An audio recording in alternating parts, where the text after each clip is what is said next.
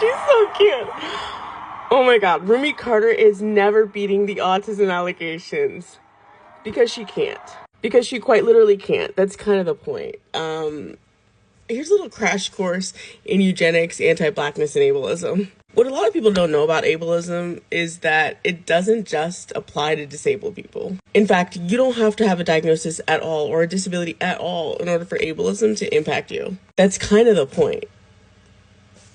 And disability is not just informed by having a diagnosis at all, it's informed by normalcy, or the ability to act normal.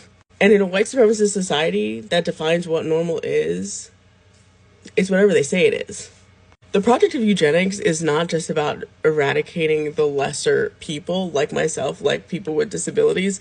It's about attaching disability to marginalized communities in order to slate them for eradication. Now that's a little strong given I started off the video with a clip of Rumi Carter, but this is the truth. I don't know what Rumi Carter's autism status is. None of us know.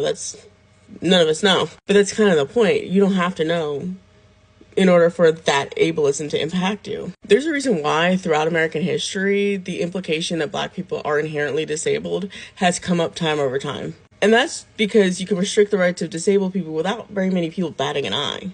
There's a reason why things like drapetomania or escaped slave syndrome became a popular diagnosis, right as institutionalization became increasingly popular. Not only could you lock away and imprison somebody with a disability without much recourse, but those asylums and institutions were also segregated. There's a reason why we talk about Black people, Black babies being alligator bait and crocodile bait without much talking about the fact that they were probably disabled. And there's a reason why, as Black people were making money in restaurant jobs as waiters, as servers, that the 1938 Labor Standards Act made it so that restaurant work was tipped work so you could be paid below the minimum wage.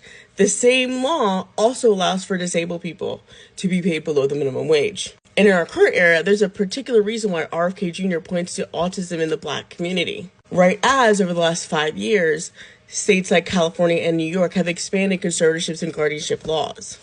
And that's because you could be stripped of your assets, your autonomy, your ability to live wherever you want to, and in some states, your ability to vote.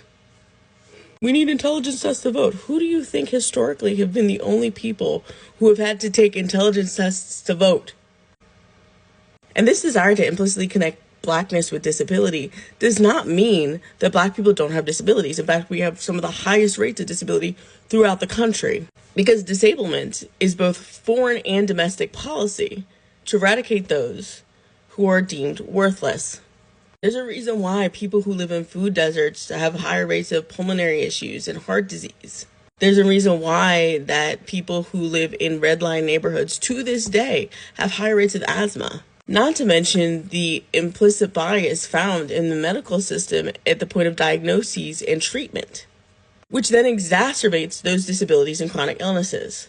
And I know you're looking at Rumi Carter's wealth and thinking to yourself that that inoculates her. Not as much as you would think. In fact, it makes her a larger target. Because as I said before, if you're in a conservatorship or guardianship, if you have a disability and put in some of these systems, you could be stripped of your wealth. You could have your wealth taken over for you, as well as your autonomy. It wasn't just a random person that put Wendy Williams in a conservatorship. It was a bank. And so as a result, as a reaction to this, we find ourselves erasing the disabilities of Black people throughout history. Because everybody from Audre Lorde to Halle Berry has a disability. Fannie Lou Hamer, Harriet Tubman. It's also why there were so many blind Black musicians coming out of the South. They weren't just fleeing one form of segregation, they were fleeing two. And so as we enter into this moment in history, pay attention to the way that disability is weaponized against so many different communities, but particularly the Black community. Because ableism and eugenics have always been our problem.